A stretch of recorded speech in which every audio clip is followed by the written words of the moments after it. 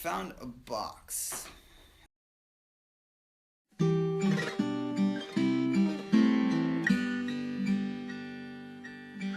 I would describe Caleb as quiet, introverted, gentle. Yeah, he's always had a soft heart. He kept to himself, but he was social when it was around people or whatever, but he didn't go and seek social situations. One of the things he always tried to help me out anytime I asked him to.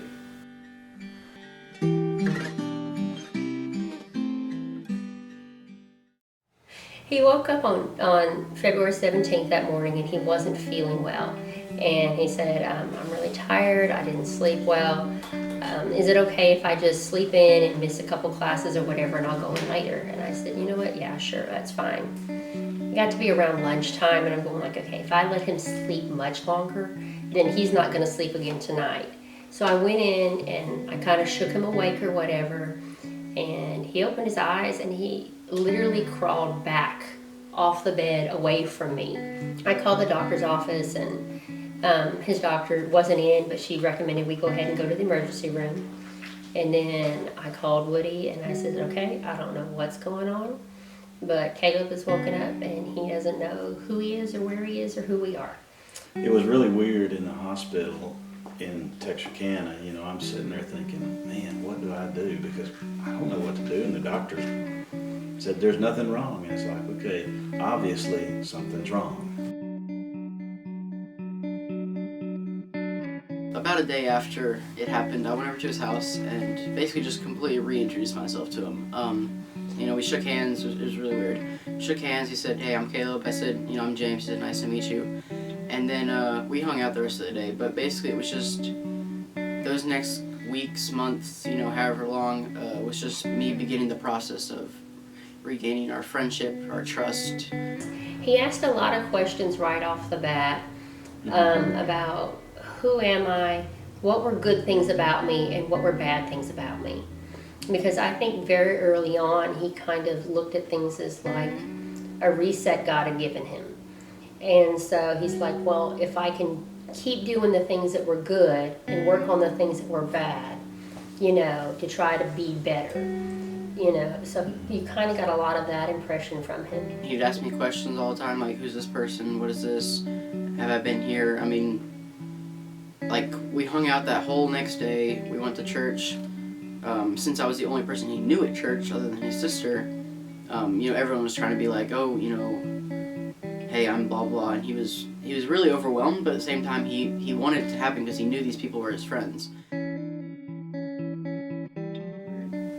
I had a couple people come in during that time. It was during the school day, so I didn't have any people from school come in, but actually I had my youth pastor and my pastor come in.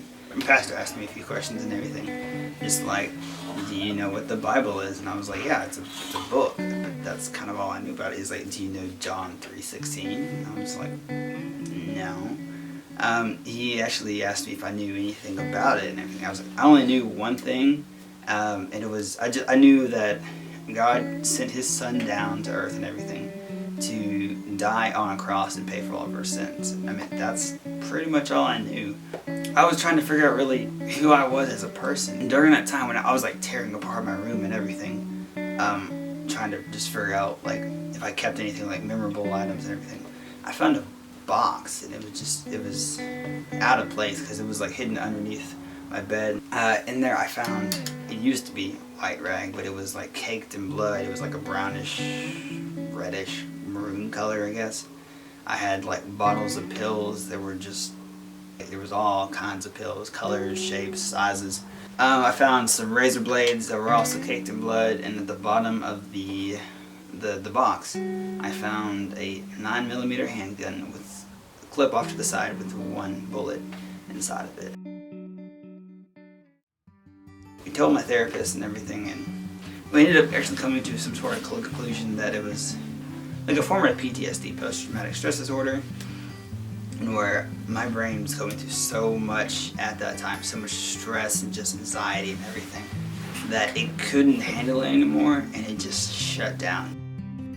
Technically, yeah, I lost all my childhood memories and everything, but I was going through so much stuff at the time.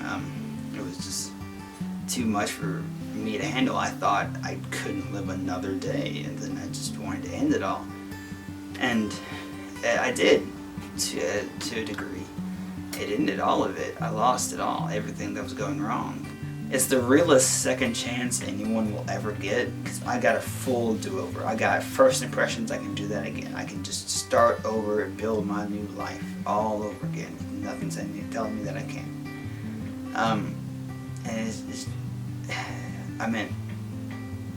some people, technically, I lost my memory because of an imbalance of chemicals and stress-related things. I don't really view it as that. I view it more as God gave me like the second chance to start over and remake my life to help people. Over time, after going through the internet and everything, I found this thing called the Semicolon Project, and it really like hit me hard at what it was about. It was about people who had suicidal tendencies and whatnot, and suicidal attempts. Because when you have a sentence in English, you have the part that you write, and you have the opportunity to end that sentence, but you choose not to. You choose to keep going and move that on. But I use it like as a reminder of what I've been through, and that I'll be able to make it through anything. Anything I didn't think I could make through, I did it. I thought I couldn't live another day, and I made it past it, and I flourished from it. I made it a lot better. I can see it at all times. It's a constant reminder of what I've been through and what I can do.